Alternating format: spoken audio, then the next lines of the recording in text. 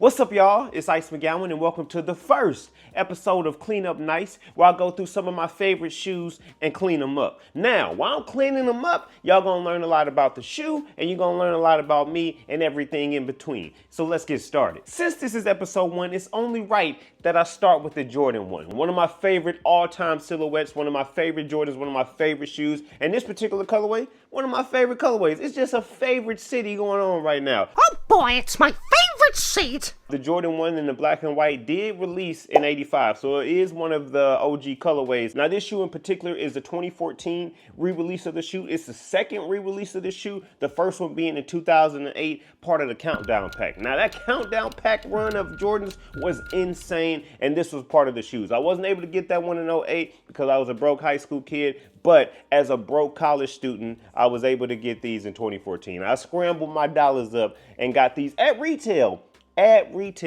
Now, I have been pictured in these shoes a few times, and one of these pictures is infamous. It's infamous, man. Now, what makes this picture so infamous is where it's taken. This was taken on top of my mom's tub, and you see the drip.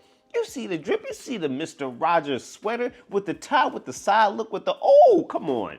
Come on, and you see the ones. And the ink whale filter on there, come on, bro. He's on fire! That is a GQ cover-worthy picture right there.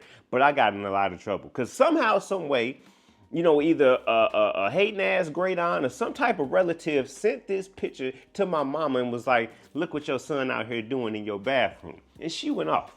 She's like, what the hell is wrong with you going off in my bathroom trying to take these pictures? I know my tub better not be dirty. I was stuck. I ain't really had nothing to say. I'm just like, the picture is fire though, mama. Come on, man. She did not care. She did not care how many likes it got. She did not care about the comments. She did not care about the compliments. She just knew that I was on top of her tub wilding out. So I got in trouble for that. And my mama has not let this go. 10 years later, she's still on my head about it. I bought her a crib last year, right? And we're going through the house, checking everything out. And she get to her bathroom and she like, hey, I don't want to see any pictures of you standing on top of my damn tub. Do we understand? I'm like, damn, mama, that was 10 years ago. Let it go. She's like, no, I ain't letting nothing go. I'm like, I'm grown. I am an adult. I am not as crazy or silly or stupid as I was back then. She was like, well, honestly, I think you're more stupid now than you was then. Well, damn. Really? Spoiler alert, a lot of the shoes that I'm going to be cleaning up will be Nikes. First and foremost, I love Nike. I've been attached to Nike since I was a little kid. Second, I worked for Nike for over 5 years, fam. I was getting shoes for the low, man. You can't pass up a $15 shoe, man. You can't pass it up. It be times that I be on the fence like, I don't know. Then I look at the price tag, I'm like, okay, how much is going to be with my discount? $15, man, go ahead and run it up. So I got a bunch of shoes and they going to be Nike. Why would I go somewhere else and pay full price for a shoe when I can get a great shoe that does practically the same thing, if not better, for a discounted rate? Come on, now that's just common sense. Now, I'm not one of them guys that be like, that's Nike or nothing, it's Nike or nothing. Although I love Nike, I do acknowledge that there's some great shoes out there. New Balance has made a crazy run right now with some of their collabs. I have a couple of those. Some of the Bricks and Wood collabs, because I got some ties of Bricks and Wood. Shout out Bricks and Wood, shout out Curtis. I got some Kobe's, some old OG Kobe's from the Adidas side of things. But 99% of the shoes that you see me wear or see me clean up will be Nikes. Now, I saw this post the other day that said, you're not a sneakerhead if you only have one brand of shoe. If you only have Nikes, you're not a sneakerhead. That's stupid. That's stupid! Use your common sense. That's like saying somebody that only watches Star Trek and nothing else is not a nerd. They're a nerd. Have you seen a Trekkie? They're nerds. They're nerds. Okay, they don't know nothing about Marvel. Okay, they don't know nothing about DC. Okay, they don't know nothing about Star Wars. But that don't make them any less of a nerd than the person who does. They got one thing and they locked in on it. So I like Nikes. A lot of sneakerheads only have a certain pair of shoes, even if they're not Nike. I'm not going to discredit another sneakerhead if all they got is Adidas. Cool. You a sneakerhead like I'm a sneakerhead. It's about what you've been through. And although I got a lot of love and plugs and hookups because I worked at Nike, a lot of these shoes that I got, I had to stand in line or sit in line just like everybody else. I had to, one time for Air Max Day, I drove out to LA when I didn't live there yet and sat in line for like 16 hours for the Air Max Day ones, the Atmos ones. That's sneakerhead shit. I think that's what a sneakerhead is. That's the essence of being a sneakerhead, is going above and beyond for a shoe, loving a shoe, knowing the history and heritage of a shoe, wearing it with different fits, even though sometimes I feel like sneakerheads can't dress.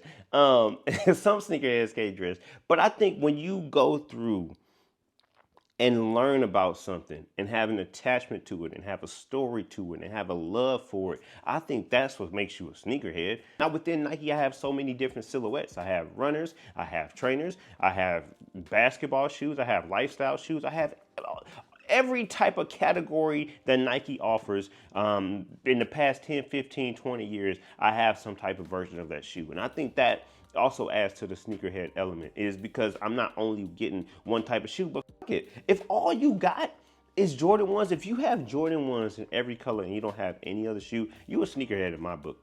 Because you took the time out to love a shoe, probably learn about the shoe, go after it. Because getting every colorway in a certain shoe, that takes a certain amount of determination. Even if you want an old one, you want a specific release, whatever the case may be, going through and finding every shoe or keeping up with every shoe, that's some sneakerhead stuff. You're a nerd. You're a sneaker nerd. Is that better? Is that better? You're not a sneakerhead. You're a sneaker nerd. In my book, if you just love it to a certain extent and you're doing certain things to get the shoe, whatever that may be, or if you even if you can't afford it, even if you can't afford it, and you just going out and learning about the shoe, going and looking at the shoes. There's been so many times I've been broke that I just went into a Champs, I went into a Foot Locker, I went into a Nike, and I just looked at shoes. I ain't do nothing else. I just look. I ain't even, sometimes, I'll be like, let me get a little fancy and try it on. No intentions of buying it. Wish I could have bought it, but I didn't. That to me is what being a sneakerhead is all about. But I want to hear from y'all. What's a sneakerhead to you? Just a heads up, guys, later this week, I will be dropping a full ASMR video of me cleaning up nice. So let me just give you a preview of the sounds of me cleaning up nice. So I'm going to shut up so y'all can hear me clean up.